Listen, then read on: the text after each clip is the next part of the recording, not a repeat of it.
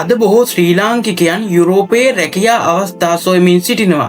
ඒ අතර ඔවුන් වැඩිපුරම හොයන්නේ අන්ස්කිල් ජොබ්ස්. ඒ කියන්නේ පළපුරුද්දක් නැතිව යන්න පුළුවන් ජොබ්ස්. ඒ අතර ප්‍රධාන වශයෙන්ම කෘෂි කර්මාන්ත, කර්මාන්තශාලා, ඉදිකිරීම් සහ පිරිසිදු කිරීමේ සේවා වැනි අංශවලට විදේශික සේවකයන් බොහෝ පිරිසක් බඳවා ගන්න යුරෝපීය රටවල් තිබෙනවා. අද වීඩියෝ තුලින් එම යුරෝපා රටවල් මොනවාද? එහිදී ඔබට ලබා ගන්න පුළුවන් වැටුප් මොනවාද? ඒ වගේම එම ජොබ් වලට යන්නේ කොහොමද කියලා මම ඔබට කියලා දෙනවා. එම නිසා මේ වීඩියෝවේ අවසාන තප්පරය වෙනකම්ම නරඹන්න.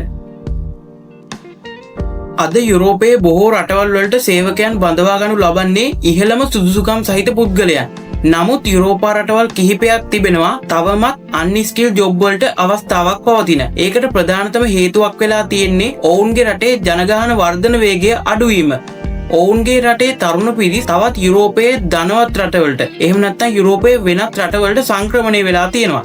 මෙන්න මේ හේතුව නිසා ඔවුන්ගේ රටේ පවතින ලේබර් ජොබ්ස් එහෙම නැත්නම් අපි කියනවා අන්ස්කිල් ජොබ්ස් වලට සේවකයන්ගේ හිඟතාවයක් පවතිනවා. මෙන්න මේ හිඟතාවය පුරවන්න තමයි ශ්‍රී ලංකාව වගේ රටවල් වලින් සේවකයන් බඳවා ගනු ලබන්නේ. මේ රැකියාව සඳහා ඔබෙන් කිසි පළපුරුද්දක් ඉල්ලන්නේ නැහැ. නමුත් ඔබට විශේෂයෙන්ම මතක් කිරීමට දෙයක් තිබෙනවා. ඒ තමයි ඔබට මූලික ඉංග්‍රීසි භාෂා දැනුම තිබිය යුතුයි. මොකද ඔබ කිසියම් රටකට සංක්‍රමණය වීමට බලාපොරොත්තු වෙන සිටිනවා නම් ඔබ ඉංග්‍රීසි භාෂාව ඉගෙන ගැනීම ඉතාමත් අත්‍යවශ්‍ය වෙනවා. ඔවුන් ඔබේ පළපුරුද්ද බලන්නේ නැති වුණාට ඔවුන් ඔබේ ඉංග්‍රීසි භාෂා කුසලතාවය අනිවාර්යයෙන්ම බලනවා.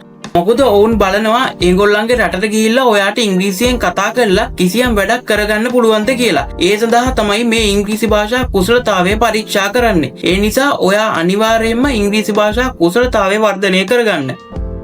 හරි, දැන් අපි සොයලා බලමු මොනවද මේ යුරෝපා රටවල් කියලා.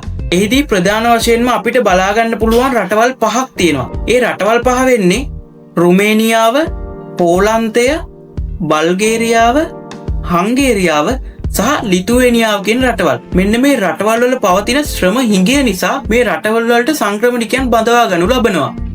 මෙහිදී ඔයාට ගොඩක්ම කරන්න තියෙන්නේ ලේබර් ජොබ්ස්. ඒ කියන්නේ අන්ස්කිල් ජොබ්ස්. මේ සඳහා ඔබෙන් කිසිදු පළපුරුද්දක් ඔවුන් ඉල්ලන්නේ නැහැ. නමුත් වැඩ අමාරු වෙන්න පුළුවන්.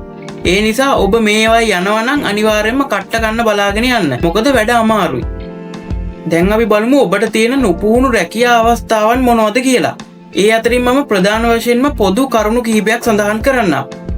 කර්මාන්තශාලා සේවකයන්, ගබඩා සේවකයන්, ගොවිපළකම්කරුවන්, ඉදිකිරීම් සහායකයන්, පිරිසිදු කරන්නන්, ගෘහපාලකයන්, හෝටල් මුළුතැන්ගේ සහායකයන් ආදී රැකියා අවස්ථාවන් මෙම රටවල් වල පවතිනවා.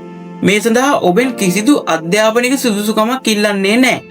නමුත් මම ඔබට කලින් සඳහන් කරා වගේ ඔබේ ඉංග්‍රීසි භාෂා කුසලතාවය ඔවුන් පරීක්ෂා කරනවා. ඒ කියන්නේ ඔයාට ඉන්ටර්විව් එකකදී උනත් ඉංග්‍රීසි භාෂාවෙන් තමයි මුහුණ දෙන්න වෙන්නේ. එම නිසා ඉංග්‍රීසි භාෂාව ඉගෙන ගැනීම ඉතාමත් වැදගත්.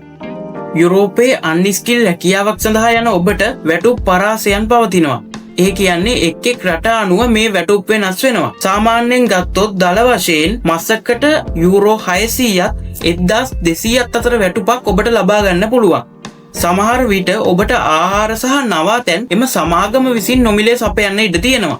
මෙහිදී ඔයාට අවශ්‍ය වෙන මූලික අවශ්‍යතා, ඒ කියන්නේ සාමාන්‍යයෙන් ඔබට අවශ්‍ය වෙන දේවල් ගත්තොත් ඔයාගේ පාස්පෝර්ට් එක, ඒ වගේම ඔබගේ මූලික ඉංග්‍රීසි සංනිවේදන දැනුම අත්‍යවශ්‍ය වෙනවා. අනිත් දේ තමයි ඔයාට පොලිස් රිපෝට් එකක් ඕනි වෙන්න ඉඩ තියෙනවා. මොකද සාමාන්‍යයෙන් බොහෝ යුරෝපා රටවල් වලට යනවා නම් ඒගොල්ලෝ අනිවාර්යයෙන්ම ඔයාගෙන් පොලිස් රිපෝට් එකක් ඉල්ලනවා. ඒක මෑතකදී ලබාගත් එකක් වෙන්න ඕනේ. සාමාන්‍යයෙන් අවම වශයෙන් මාස 3ක් ඇතුළත ලබාගත් එකක් වෙන්න ඕනේ. දැන් අපි සොයා බලමු මේ අන්ස්කිල් ජොබ් වලට ඔයා යන්නේ කොහොමද කියලා. සාමාන්‍යයෙන් ශ්‍රී ලංකාවේ ගත්තොත් ශ්‍රී ලංකා විදේශ සේවා නියුක්ති කාර්යාංශයේ යටතේ ලියාපදිංචි විදේශ රැකියා නියෝජිත ආයතන තියෙනවා. ඔයාට පුළුවන් ඒවා සම්බන්ධ කරගෙන මේ රැකියාවන් වලට යන්න. ඔයාට විදේශ රැකියා නියෝජිත ආයතන අවශ්‍ය නම් මම මීට පෙර වීඩියෝ බොහෝමයක් ඒ සම්බන්ධව සිදු කරා. ඒ වීඩියෝ බලන්න කියලාත් ඔයාලට මතක් කරනවා. විශේෂයෙන්ම ඔබට මතක් කරන්න ඕනි විදේශ සේවා නියුක්ති කාර්යාංශයේ ලියාපදිංචි නොවන ඒජන්සි බොහෝමයක් දැනටමත් තිබෙනවා. ඒවට අසු වෙලා ඔබේ කාලය හා මුදල් නාස්ති කරගන්න එපා. ඒ වගේම කිසිදු සොයා බැලීමකින් තොරව ඔබගේ පාස්පෝර්ට් එක කිසිදු ඒජන්සියකට බාර දෙන්න යන්නත් එපා. මොකද අද කාලේ එහෙම දුන්නොත් ඔබට ලබා ගන්න බොහොම අමාරුයි. විදේශ රැකියා ඒජන්සියක් ශ්‍රී ලංකා විදේශ සේවා නියුක්ති කාර්යාංශයේ ලියාපදිංචි වෙලා තියෙන්නේ කොහොමද කියලා ඔයාලට බලා ගන්න ඕන. ඔබට පුළුවන් විදේශ සේවා නියුක්ති කාර්යාංශයේ වෙබ් අඩවියට ගිහිල්ලා ඒ පිළිබඳව පරීක්ෂා කරලා බලන්න. එයට අදාළ ලින්ක් එකත් මම පහළ ඩිස්ක්‍රිප්ෂන් එකේ දාලා තියෙනවා. බොහෝ දෙනෙක් නොදන්න ගම නිසා අන්ස්කිල් ජොබ් වලට යන්න මේ විදේශ රැකියා නියෝජිත ආයතන සම්බන්ධ කරගත්තත් ඇත්තටම ඔබට පුළුවන් ඔන්ලයින් මාර්ගයෙන් රැකියා අයදුම් කොට මේ රැකියා අවස්ථා ලබා ගන්න. එතකොට ඔයාගෙන් කිසිදු මුදලක් වැයවන්නේ නැහැ. ඔයාට වැය වෙන්නේ ඔයාගේ ගුවන් ටිකට් පතේ මිල විතරයි. එම නිසා ඔබට පුළුවන් නම් ඔබට එය තනිවම කරගන්න පුළුවන් නම් ඉතාමත් වටිනවා. නුපුහුණු රැකියාවක් හොයන ඔයාට යුරෝපයේ රටක වැඩ කිරීමට තියෙනවා නම් එය ඉතාමත් වටිනා අවස්ථාවක්. මොකද ඊට පස්සේ ඔයාට තවත් හොඳ යුරෝපා රටවල් වලට උනත් සංක්‍රමණය වෙන්න පුළුවන්. ඇත්තටම අද වෙනකොට බොහෝ ශ්‍රී ලාංකික තරුණ තරුණියන් මැද පෙරදිග කලාපයේ බොහෝ රටවල් වලට අන්ස්කිල් ජොබ් වලට ගිහිල්ලා ඉතාමත් අඩු පඩියකට ගොඩක් වැඩ කරනවා. ඇත්තටම ඊට වඩා හොඳයි යුරෝපා රටක අන්ස්කිල් ජොබ් එකක් කරන එක. මොකද ඒවායේ කම්කරු නීති හරියටම ක්‍රියාත්මක වෙනවා. ඒ වගේම ඔබට සැලකිය යුතු හොඳ වැටුපක් එහිදී ලබා ගන්න පුළුවන්. ඒ නිසා ඔබ හොඳින් සිතා බලා කටයුතු කරන්න කියලාත් ඔබට මතක් කරනවා.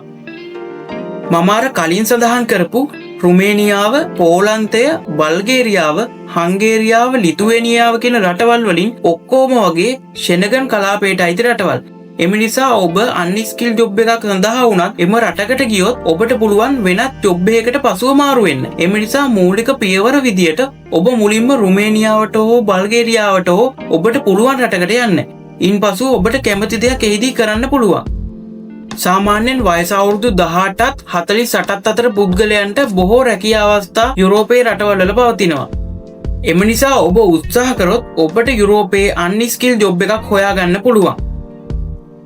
ඉදිරියේදීත් මේ වගේ වටිනා වැදගත් වීඩියෝ නරඹන්න අපේ ලෝක සංචාරකයා YouTube නාලිකාව subscribe කරන්න කියලා ඔයාලට මතක් කරනවා. ඒ වගේම ඔයාට මොකක් හරි ප්‍රශ්නයක් තියෙනවා නම් පහලින් කමෙන්ට් එකක් දාන්නත් අමතක කරන්න එපා.